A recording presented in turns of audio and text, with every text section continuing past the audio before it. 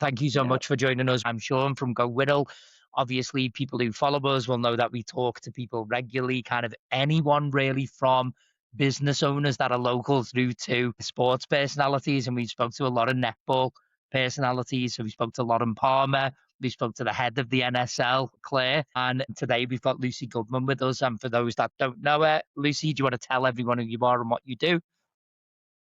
Yeah, firstly, thank you for having me, Sean. I really appreciate the invite to come on. So yes, I'm Lucy Goodman. I'm one of the lead commentators for Sky Sports coverage of the Netball Super League. And I'm also, I suppose you'd say, the resident arena host for London Mavericks as well. Yeah, you do the "Are you ready" shout, which it's a good "Are you ready" shout. Thank you Yeah, very I think much. there's a trademark in waiting for you there, actually, with that one. Absolutely. Oh, I don't know if I can claim a trademark for it, but I do try to Just bring the try. energy and bring the vibe. So you also do the BBC coverage? Yes, I did so I don't do the BBC NSL games, but I've done some BBC international Yeah, stuff, like the Celtic Cup last year real. and the Scotland New Zealand series as well. That was actually my international debut. Where did you start? You know what? Never in a million years would I have guessed that I'd be sort of doing this now as a career, because my background is completely different. I didn't do anything in kind of broadcasting or sports media or anything like that. Okay. My background's actually in the theatre, Oh, so I probably won't come as a huge surprise, but I used to be a performer. So you can see some of the yeah. transferable skills now. And I particularly used to specialise in puppetry, funnily enough. Wow. So I used to go like touring the country, up and down schools and theatres. And I have to say, it was one of the best jobs I've ever had. I absolutely loved it. Loved it, loved it, loved it. And then I suppose fast forward the clock a little bit, when the Roses won gold in 2018 at the Hmm. Commonwealth Games. I remember watching it because I love any big sporting event, Olympics, Com Yeah, Games, I'm the same. whatever it is. Like, I don't care what the I'm sport the is, same. I will sit down and I'm watch the it. same. Even now at the moment, I don't really have any interest in tennis, but I'm watching every Wimbledon game that I Absolutely. can. 100%. I'll watch the luge, Yeah. like the luge final. I'll just be Yes. like, well, it's the final. Need to find out who's the best at luge. Right. I was watching the netball 2018 Com Games, Hmm. and I played netball at school, so I was already a Okay. bit of a fan of it. Hmm. And when they won, the only way that I can describe it to people who ask me, it was like a bolt of electricity through my body. Hmm. And I screamed, I woke my poor husband up, he came running down the stairs, terrified that something had happened. And I sort of thought from that moment on, like, I want to get back into netball. It reminded me how much I loved it as a kid, Wow. playing it in school. And so then started What playing, position did you play? started to be a shooter. I'm a princess. I mean, I'm actually not that tall. I used to think I was tall until I got back into netball, and I'm actually somewhat short. They've all grown. That's what it is. I know, Even the right? centres are tall now, aren't they? So Yeah, yeah, Gracie Smith. Come yeah, on. massive now. So yeah, I started playing, then started dabbling a little bit of umpiring, started dabbling a little bit of coaching. Um, and then in 2021, I think it was, my friend and I started a netball podcast. And I just kind of felt that there wasn't, I was watching the Super League. I loved it. I just Hmm. wanted to devour as much as I could, and there wasn't really anything available. So I just messaged her like 2 or 3 weeks before the season started. I was like, rogue idea, but do you fancy doing a podcast with me? She was like, absolutely, yes. Fast forward again we did that for about 3 seasons. Really, so much fun, really successful. Covered the 2022 Com Games, 23 World Cup in South Africa. Wow. Sort of through the podcast, I guess, took as many opportunities as I could to commentate, NPL games or Hmm. junior Hmm. tournaments or whatever it was, and eventually just kind of built up and built up and built up until I was hosting a Q&A for Team Bath, which was Yeah. just happened to be on the day of their last ever home game in the Super League. And they got permission very last minute, probably like 2 hours Hmm. prior, that they were allowed to live stream it, because it wasn't a Sky game at that time. Okay. And because I was there, the franchise manager asked me, don't suppose you fancy commentating, would you? You'd be on your own, but we'll get everything set up. And I was like, absolutely, I Wow. would. How did you learn how to commentate? Did you just I picked up a mic and started talking, you just to be tried? honest. Yeah, I just gave it a go, and I know the kind of commentary that I like to listen to as a fan as well. So I suppose trying to emulate some of the people that I admire and that I listen Mhm. to, and yeah, it just kind of, I don't know, dare I say, came naturally to an extent. So if I think of like a commentator, the comparative thing with football, Jonathan Pierce, right? Mm, You knew that he loved the sport. yeah, You yeah, just knew it. He was like a fanatic, and you could tell that he was a fanatic yeah, because he was fanatical in his commentary yeah. style. And I think I don't know if that's anything to do with the key to being a good commentator, maybe.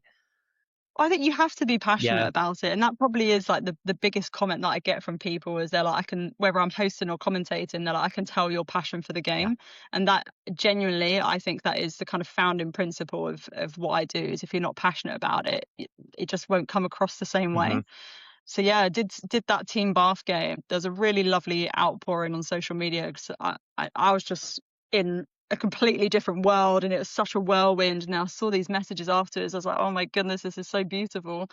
And then it was this, I think the winter after, like a few months later, Sky invited me to a training day type thing where they brought in different potential voices. Hmm.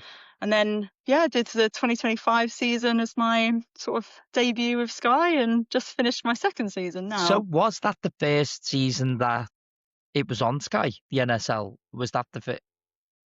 I think it's the first season that all the games were Right. broadcast, but obviously one game was still on BBC. But I Hmm. think it was the first year that every game had been broadcast live. Brilliant. Pretty sure. You've been on that kind of journey dovetailing with them a little bit, I suppose, haven't you? Yeah, and I have to. Sky are such big supporters, Hmm. not just of women's sport, but particularly for Yeah, netball. And they've really like driven the sport forward in so many ways. So yeah, it's such a privilege to sort of be a part of that journey yeah. for And sure. when I was speaking to Claire Nelson, and you again, you just know from her Mm, she's gonna grow it. You just know yeah. because she wants to. The will is there Yeah. to grow it. Like she's looking at it like the way the women's basketball kind of grew, Mm, and that it's she's looking at that as being like a model, and you just think to yourself, that's drive, that's determination. So it will happen.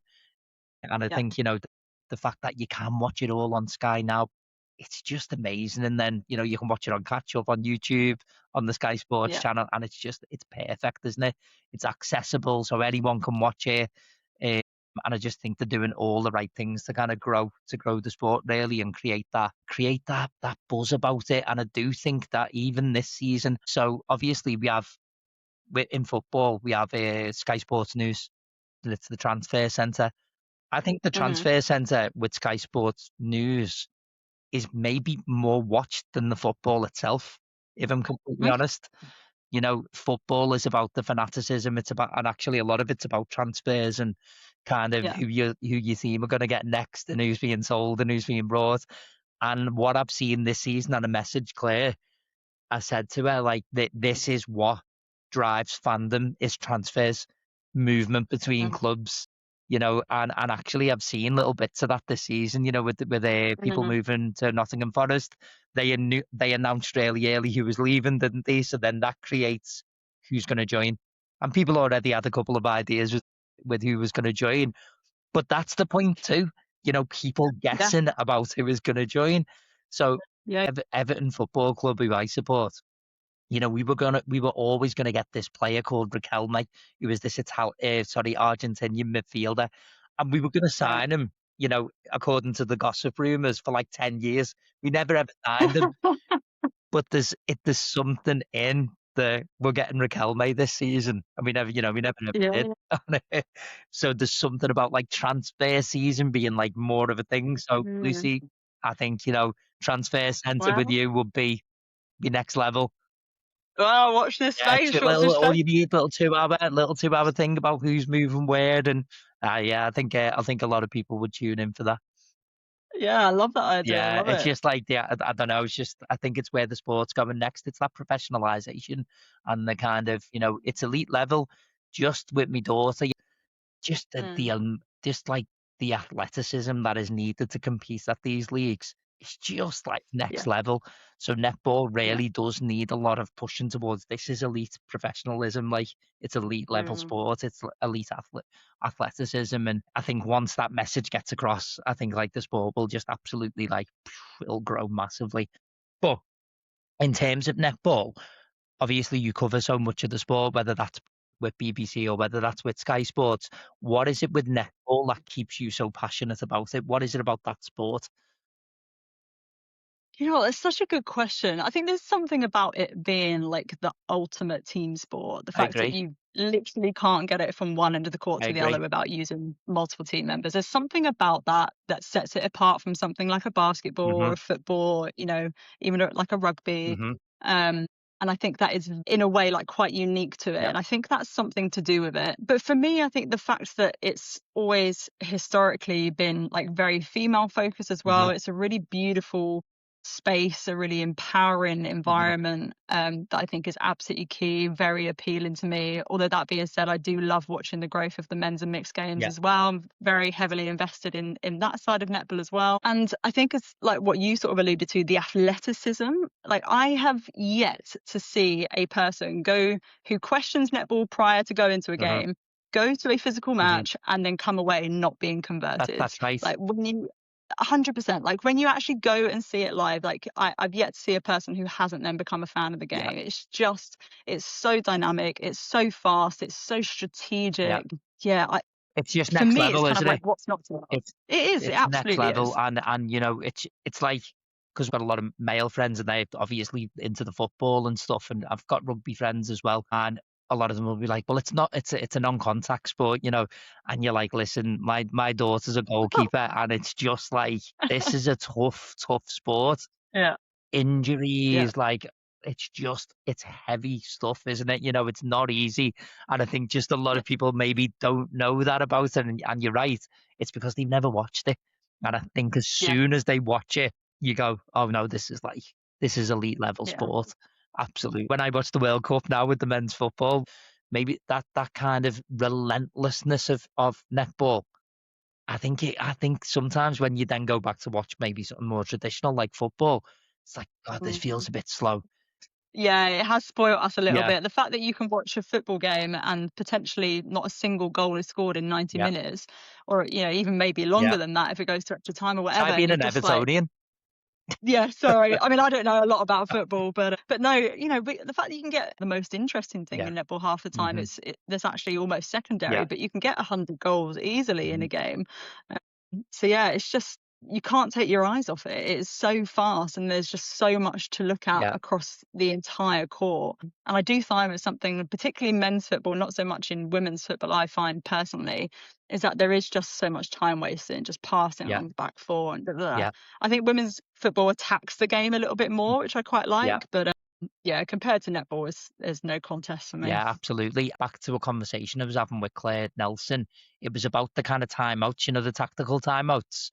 Mm, Because that's the break, I suppose, in the game, isn't it? Apart from the yeah, obviously like the quarter breaks, but they feel really pointed in netball. mm, So yeah, in football at the minute, they're having hydration breaks in America. So yeah. because of the heat and maybe a chance to advertise in that time as well. So we've got the hydration Perhaps. breaks. It doesn't feel tactical. It doesn't feel like No, anything will change after it. It's just there because it's there. With netball, with yeah, those technical timeouts, it's like something's gone wrong. There's like some kind of yeah, drama that needs to be fixed because of it. And it just yeah. feels quite dramatic, doesn't it? And actually, it alters the course of the game quite a lot of the time, doesn't it? So, It's another layer of strategy, right? Like absolutely. you see coaches call it when you need to stop a momentum Yeah, shift, or you know when you had a 2, 3, 4 goals put against you, and you're like, actually, we need to buck up our ideas. Like it's an extra level of strategy, yeah. and I like the fact that it is quite short, so it doesn't keep the people in arena or at home Hmm. sort of waiting too long. But it kind of creates enough intrigue, I think, with commentators discussing like why have they called this, or sometimes when we get the boom mic in, like that kind of insight, I think is fantastic. I It's absolutely drama. love them. It's drama, isn't it? It is drama. Yeah. It's trying to create little bits of drama and little bits of jeopardy sport. So it's very, very much about 15 players. Mm, it's hard to be like an individual in rugby, and actually it's quite modest mm, as well. So it's a very modest sport. So it's almost like we don't celebrate the individual, we celebrate the team, out of modesty or mm, Britishness. And his argument is we've got to create like moments of jeopardy if we want this. And I think that's what Claire Nelson gets. She's watched mm, Formula One, the Netflix documentary. She's watching yeah, these things and going, how do we create the drama?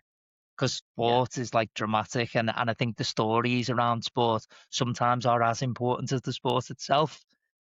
Oh, I'd argue potentially sometimes more so. And I would say actually, I so. think, mentioning rugby specifically, particularly men's rugby, I think they need to get a lot better at this, is really, I suppose, spotlighting and profiling the characters that Yeah, they have. Like, you look at Henry yeah. Pollock. I mean, that boy, Now you're he's talking. captivating.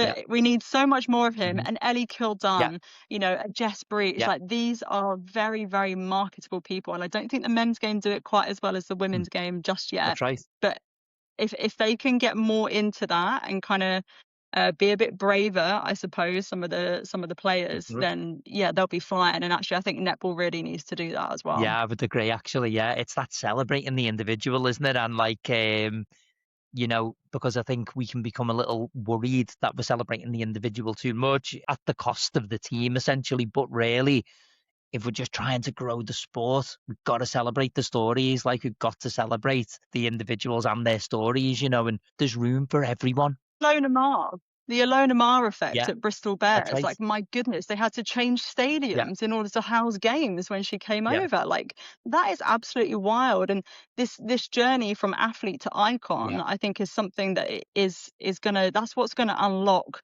not just netball but other sports as well. We have got some brilliant personalities. yeah, Like Liv Cheen for me is one of the funniest, most brilliant personalities that we have. yeah. And I think if we can find a way to kind of unlock that and give her a bigger profile and give all the other personalities a bigger profile, we'll be soaring. Yeah, absolutely. So that kind of does lead me to like the growth of women's sport, maybe a little bit more as well. So women's sport feels like it's reached this turning point where it is Mm. kind of, it's getting towards that equal footing, really, isn't it? In terms of, so what's changed, do you think, over the last few years, with women's sport, and why is that the case now, where maybe that wasn't the case a few years ago? I mean, I think it's just getting the airtime that it's Yeah, always deserved. Like women's sport has always been incredible. It's always been very watchable, but we've never had the airtime. We've never had the investment or the infrastructure. We've never had the media, the lines in papers and podcasts and all these kind of hmm, things. I think where women's sports are now sort of claiming their own space and they're doing things their own way, like like we've touched upon the differences between women's rugby and men's rugby and the characters and the way they do stuff.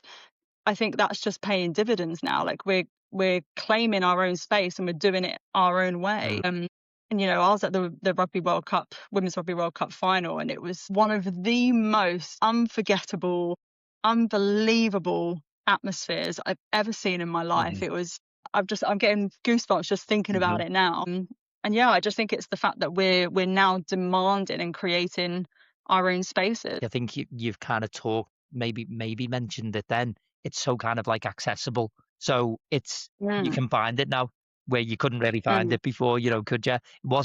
It wasn't real. It's like the netball with Sky Sports. When my daughter first started playing, which will have been in year 6, she's now in year 9, so about 3 or 4 years ago, maybe, you couldn't just watch the NSL. You couldn't, it mm, wasn't really there. I don't even know how you would find it. Maybe through YouTube and stuff like that, but mm. um, you certainly couldn't just, it wasn't there, and I think it's just about it being there. This is the start of that, really.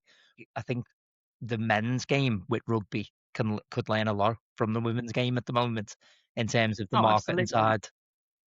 Yeah, Right. yeah, without a doubt. I mean, Ilona Maher and Ellie Kildunn, and Hmm. Ellie Kildunn's just had. I think it might be on at the moment. Actually, she's actually got a show in London. I'm pretty Right. sure. I can't remember the name of the theatre now. But it's like an evening with, I believe.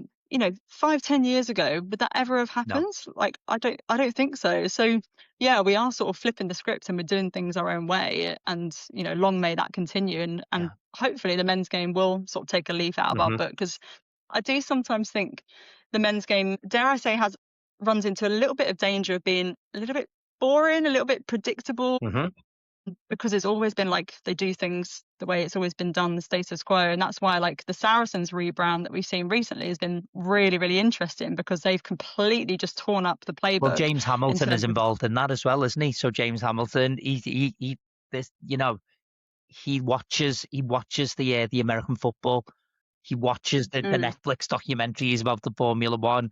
He understands that sport's about stories as much as look at Pele. So if you look at like a comparison with football, one of the most famous Pele moments, and Pele is like, you know, widely known as the best ever player in football ever. His best moments are moments where he missed. They weren't goals. He missed. So he like dribbled around 15 players and then missed. And it's almost like they're more famous than the goals, or maybe how hard he had to work to get where he got to it in the game. And I think it's just like rugby understanding that, isn't it? That's what creates fandom, really. Oh, it's like there was that TikTok dance that Henry Pollock, I can't remember. Oh yeah, was it like it was his club phone kind of one? It was like a little TikTok dance series, and they were like do-si doing, and it was brilliant. I watched it about 7 times. I couldn't take my eyes off of it. But them being vulnerable and just being silly and having a laugh, and like that was so watchable. And I honestly could just hook it into my veins. Like it was just, that's the kind of content that we want to see. And whether you love or hate what Saracens have done, they are doing things differently, and they're kind of trying to prove to the world that rugby is not a rich private school boy sport, you know? So whether you love it or hate it, they're certainly somewhat unforgettable. Well, Lucy, I had no idea you were so into your rugby. So I'm definitely not as clued up as I'd like to be, but I do like a bit. We could definitely do a rugby one as well. Me and you, like, I can talk about it all day. And I do see some kind of similarities as well. You know, it's just like that kind of like an old perception of something that just needs an upgrade, essentially. And you're right, it's a lot of it is that like having that person, you know, like the Ellie Kildun.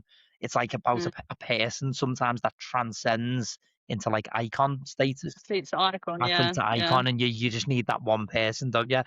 I think Jada Pekova is like, she's got that thing, you know, she elite athlete, looks good, talks well, just let it go. Do you know what I mean?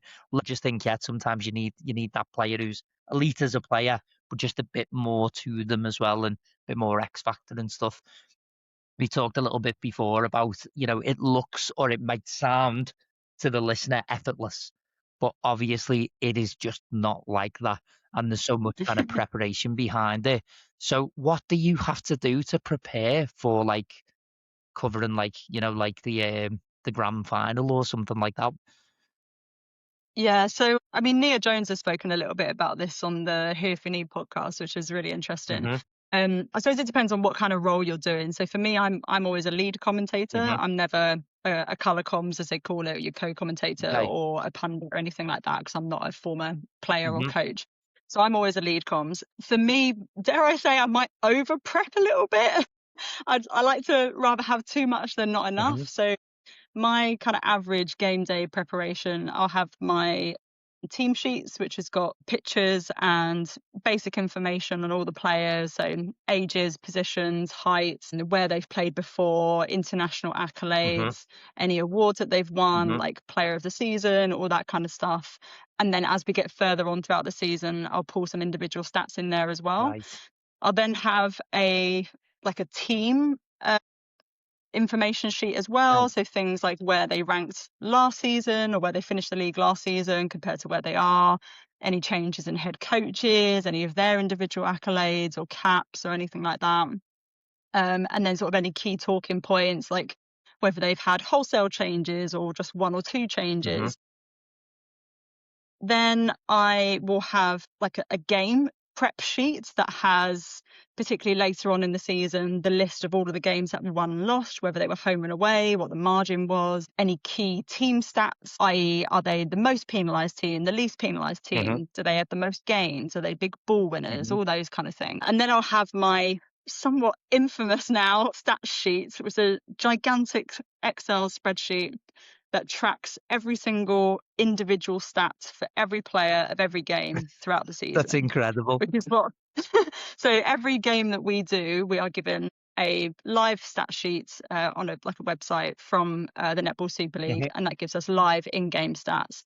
I then transfer all of those stats onto my own spreadsheet. So you could say to me, oh, in round 7 of 2025, when Loughborough Lightning were playing Nottingham Forest, how many pickups did Jada Peckover get? And I'll go, hang on a second.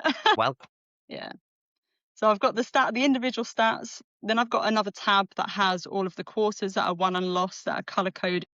It doesn't stop there. Then I've got another tab that has, this is new for 2026, that has all of the starting sevens from across the season. So you can say like, oh, this is her first start of the year, or, you know, this is the first time they've trialed this defensive combo or whatever. And then I have a final tab that has all of the individual game links that the Netball Super League send to all of the commentators, so that if I need to all of a sudden in a rush whilst I'm live on air check what a stat was from the last time they played earlier in the season, I can just click on it and boom, it's there, rather than having to try and search for it. Right. So okay. So Lucy, how do you commentate then? Like, what's that? You know, how is someone commentating? Is that of all the prep that I do, I'll then go through and on the individual stats, like with their pictures and stuff, I will highlight 1 or 2 key stats that I really want to try and bring in. Of all the prep that I do, I will probably use about 2% of it, Right. or 3%. So it's not like I'm commentating, I'm thinking, oh, I have to bring in that stat, or I haven't said this, I haven't said that. It's more a case of if it comes up in conversation with my co-coms, or if, you know, God forbid, touch wood, there's a really awful injury and we need to fill a bit of time or something like that, I've got stuff that I can draw on. But for me, like, knowledge is king. Like, if you know what you're talking about and you're passionate about it, I don't know, it kind of just speaks for itself really sometimes. Yeah, no, absolutely. And I think you can really kind of tell that with you, actually, that you know what you're talking about. Now, with stats, again, alluding back to a conversation I had with Claire Nelson, football or like other sports that people are very, very fanatical about, and rugby actually, are massive on stats, aren't they? You know, and the importance of stats and data, and how data drives performance. And do you think that's something that netball does well, the stats and data side of things? Is it getting better? What do you think? Currently, I'd say it's something that it's probably like one of our weakest areas as a sport. Actually, saying that, I should probably caveat that by saying it depends which league we're talking about. I think in the Super League, we've got a very long way to go in terms of the quality of stats and how they're communicated and how they're shared with the audience. Obviously, Suncorp Super Netball out in Australia, they got the champion data stats, which is probably far more interesting than the stats that we get. Things like turnover to goal rate, centre pass to goal rate. We don't have those in the Super League. So I do think we do have quite a long way to go. And I also think as well, you know, my friend Chloe from the Netball Unlocks podcast talks about this a lot. She does a lot of work in basketball, and the amount that stats drives conversation in the sport. And fandom as well, I think, is something that netball could really look to. It's the stats driving fandom. I think, you know, there's people like me and you who just love to know everything. We just want to know. We're just nosy people, aren't we? You know, we want to know everything. We want to know percentages, don't we? It's like it's important, and we're definitely not on our own. People who are very, very much into sport are into stats. So people who are watching Wimbledon are very much into like save percentages, first save percentage, second save percentage, and it's just part and parcel of that game, isn't it? And I think the stats, the data, the commentary, it's all one thing, and it's just as important as each other.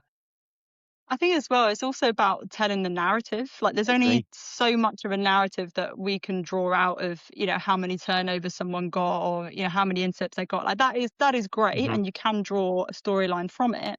But actually, you know, how many of those live turnovers they took to goal, or, you know, like a heat map of where a shot is taken from, for example, like things like that, I think are more interesting storylines. So, you know, I'll do my best. Like ahead of the grand final, for example, I sort of went through for a good couple of hours my big spreadsheet and tried to pull out some of the more interesting in-depth stats as much as I could. But yeah, if we can have a more insightful level of stats, I think it would absolutely take the game to another level. Yeah, absolutely. And yeah, I think anything that drives that fandom, so whether it's kind of moments of jeopardy, stats and data, that creates fandom. the more energy spent on creating fandom, the better, really, for the sport, Well, isn't it? it's Caitlin Clark, isn't it? It's the Caitlin Clark effect. Yeah, Like her stats in the yeah, WNBA, her stats alone, I think, are partly what's drawn in so many millions of hmm fans. You know, we don't really have that in netball. hmm So again, that's just another thing for us to aspire to. And I've got absolutely no doubt that we will get there. Oh yeah. It's just sometimes it's just a little bit of a slow process. If we compare the experience of like a viewer, even someone who's interested in watching professional netball now, Mm, compared to when she first started, which would have been four mm, years ago, it's a completely different experience. You know, so we couldn't even find a match to watch. Whereas now we are getting stats, we are getting data. We're now starting to get social media stories about transfers and yeah. who's that's the real stuff. Once that becomes normal, culturally normal for netball, I think that's when you're kind of definitely on the right path. But after that conversation with Claire, I've got no doubt that like she's focused, hyper focused, isn't she? Yeah. Looking at this season, because it has been a really good season, I think it's been One loads of the of close best. games, loads of games that have got into extra time, loads of moments of drama. Obviously, you've had a front row seat for a lot of those moments. What matches or memories have you liked kind of this season? Oh, gosh, I don't know if I have like a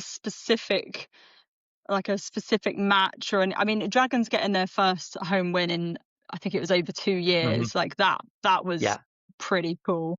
I think I was actually watching that one from home. I don't think I was on commentary for that one. But yeah, I mean, that was a pretty special moment. For me, the grand final was just extraordinary from every possible perspective, hmm like from the in arena stuff to the broadcast to the actual quality of the netball itself. Yeah. I thought that was really special. The three extra times that London They were Pulse unreal. had, I mean, uh, it's just so good for the neutral. I'm not sure they quite Yeah. appreciated being in three extra times and the extra minutes that that puts on the body. But yeah, I don't know if there's one sort of standout highlight, but I do think it's been one of the best seasons that the Super League has had for sure. Unbelievable. I Mhm. think Ella Clark, like there's been some moments, hasn't there? You know, the players that have come over as well from South Africa and stuff. I've like seeing that. Again, because I'm just into transfers. I'm just into people coming from different leagues, different countries. It makes the game more interesting. Um, and seeing how their styles interact with ours. And I think it sets up the Commonwealth Games really nicely as well, doesn't it? Yeah. Because you get so Yeah. used to seeing some of these players and stuff. And okay, where do you see netball and the Netball Super League being in 5 years' time? I mean, in 5 years' time, I don't know if we'll get there in 5 years' time, but ultimately the goal is to be as close to Suncorp Super Netball as we possibly hmm can, you know, playing in 10, 15,000 sold out arenas hmm week on week. I think it will take us a bit longer than 5 years, but that is kind of the ultimate goal. I think the other thing for me that I find a little bit disappointing with netball at the moment is the lack of mainstream coverage. I do think there's some brilliant netball podcasts, but we are obviously a niche sport. hmm I hate to say it in comparison to what mainstream hmm media cover. So I do think that that is something that we need to change, and that's actually really hindering the growth of the sport. Is a lack of coverage that it's getting. As soon as we can unlock that, I think that'll be a big game changer. Absolutely. Or even even like the homepage of or the sports page of Yeah, BBC. Like there's times where the game is and I don't mean this as any slight on BBC at all, but there's times where the game is on live and you go onto the BBC page, you go onto to iPlayer, you go onto the sports section, and you still can't see that it's yeah, live that's right. unless you click. There, because when Yeah, you're trying to find the game and watch it live because you know it's on BBC, yeah, you're right. It's kind of hidden.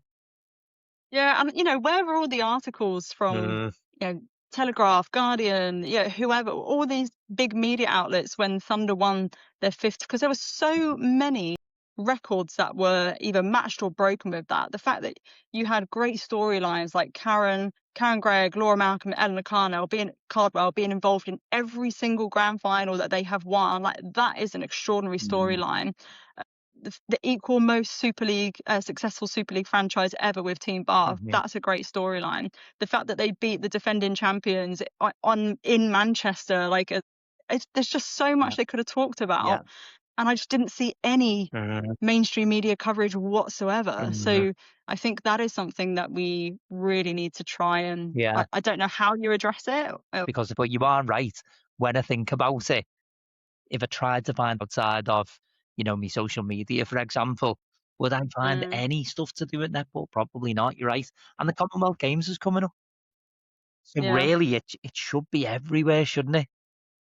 And especially with this Com Games, because we're kind of, in my opinion, we're kind of like the showcase event that's there. Obviously, Yeah. it's a condensed games. There's much less happening. Hmm. And every game's being played at, what's it, 13,000 seater hydro. Yeah. Like, it's going to be absolutely Yeah. epic. So where's all the media coverage? Why can't it? Why isn't it on the news? So when they're doing Yeah, the sports and they're doing a roundup of the sports, why isn't it? It's the most widely yeah. played female sport in England, isn't it? They do a lot of great coverage of Yeah. athletics and, Com Games and all that kind of stuff, which is great. Like, I love the coverage, don't get me Hmm. wrong, but I just think netball deserves its portion of it Yeah. for It's sure. it's time, I think, now as well, isn't it? I think they need to get with the program. Okay, so we're coming towards the end, and thank you so much for spending time with us. Should we have a little quick fire before we leave? Yes, go for it. Okay, Go for it. amazing. Okay, so what's your favourite arena to work in? Oh, I loved the O2 Yeah, Arena in London. yeah. That was good. Uh, Favorite commentator that you've worked with, or maybe your favorite commentator from history? Oh my gosh. Favorite commentator that I've worked with. I love working with Pam Cookie. I love working with Camilla Buchanan.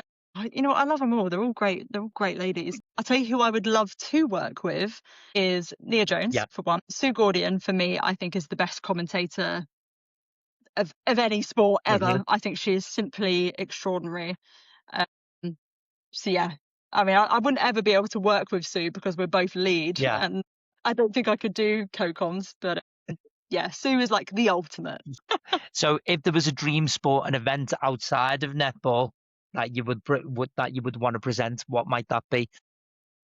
Outside of netball, 100% rugby. Yeah. I do like a bit of rugby, and I had the privilege of being the pitchside reporter for Saracens Women in 2025, Nice. and I loved every moment of that. Yeah. And got to work quite a lot alongside Jess Breach, who was injured at the time, so did all the halftime sort of analysis and stuff with her as pundit, and that was brilliant. So yeah, definitely rugby. Oh, amazing. Yeah, yeah. I'm with you on the rugby. It's I think, like, obviously I'm from Liverpool originally, so everything was football based. But since Mm, I've moved to Wirral, and both of my kids have been brought up on the Wirral, it's very much netball and rugby over here. So it's quite mm. big in this area, and like Northwest, obviously for netball, is huge. Best atmosphere that you've kind of experienced, was it this year at the grand final, or? The best atmosphere ever Yeah, of any yeah, game I've ever. ever done. I would say the 2023 Netball World Cup in South Africa. I wasn't technically working. I was there with the podcast Wow, in like a media capacity, but the atmosphere there when South Africa were wow. playing was like arm tinglingly good. Well, I want to go to South Africa for the rugby. Like, they have Yeah, they I have school do it. games that have got like 15,000 people watching school games. So cool. Yeah, they're unreal, So aren't they? good. I'd love to go actually. I'm really jealous. So you went there for that, did you? That's amazing. Yeah, so we covered it with the podcast. Like, it was all self-funded Yeah, with support from sort of sponsors and stuff at the time. But yeah, there was no way that we could not go, to be honest. And when our accreditation got approved, like, I actually cried yeah, because it was incredible. amazing. And yeah, like whenever South Africa were playing, like the singing, the dancing, it is the outfits, like, it's Yeah, just so vibrant and so yeah, joyful. Yeah, once in a lifetime experience. amazing. Who do you think in the NSL, one player everyone should watch at the moment? Who's the I player? mean, there's a lot of signings that haven't been announced yet that I think are going to. Know them. Let's think. Who should we I mean, watch out for next season? well, Forest are obviously the only Yeah. team that have actually announced their squad, but Hmm. I do think, not just saying it because they are the only team that's announced, but they are going to be one to watch. They've really bolstered their squad with Imo Yeah, Allison and Berry Neal. So 100%. if they're not genuine top four contenders, then I will eat my Yeah, hat. absolutely. I think Berry Neal. Yeah, I'm absolutely buzzing for Berry. I think it's a brilliant opportunity Hmm. for her. And to be honest, because they had to have a British goal attack, obviously because of Hmm. Rolene Strucker, of all the goal attacks available, she is absolutely hands down probably the best Yeah. option. So the fact that they're able to bag her, I think, is Yeah. fantastic, and that is a very exciting circle, not just for Rolene and Berry, but if anything, God forbid, happens to Rolene, or if they need to change it up a little Hmm. bit, to have Anya Williams in goal shooter Yeah. and Berry out in front. I mean, how good was Anya Yeah. Williams in goal She's shooter? great. I think it's around 14 game. Oh my goodness, she was extraordinary. So that is a brilliant circle as well. They have genuine multiple options now. And young. They're all pretty Yeah. young, aren't they? Yeah. Okay, so thanks for taking the time to talk to us. One last question. So obviously you've told so many stories in sport. What do you hope that people feel when they watch a game that you're presenting? What kind of feeling are you trying to transmit out to people who are watching at home? That is such a good question. I suppose for me, like I want them to feel the atmosphere. Hmm. Like I want them to feel as if they're here in arena with me, and I'm taking them through like the highs and the lows and the narratives and the pitfalls and all those kind of things. I want them to feel the emotion, feel the Hmm. atmosphere. And yeah, I suppose ultimately feel the same passion that I feel as well. Like if I can bring people along that journey, then job Well, done. I would say you're doing a really good job at doing that. And also, I think, are you ready? That's the future as well. Well, I'll tell you what, if you come to a Mavericks Yeah. game in What are we going to 2027, hear? I just want to say thank you. Thanks for spending the time and talking to us. Really appreciate it. And yeah, I love what you do. So yeah, keep it up, please. oh, well, thank you for inviting me. Thank you so It's much. been a pleasure. Oh, thank you, Lucy. Speak Cheers. soon. Bye. Bye. Bye.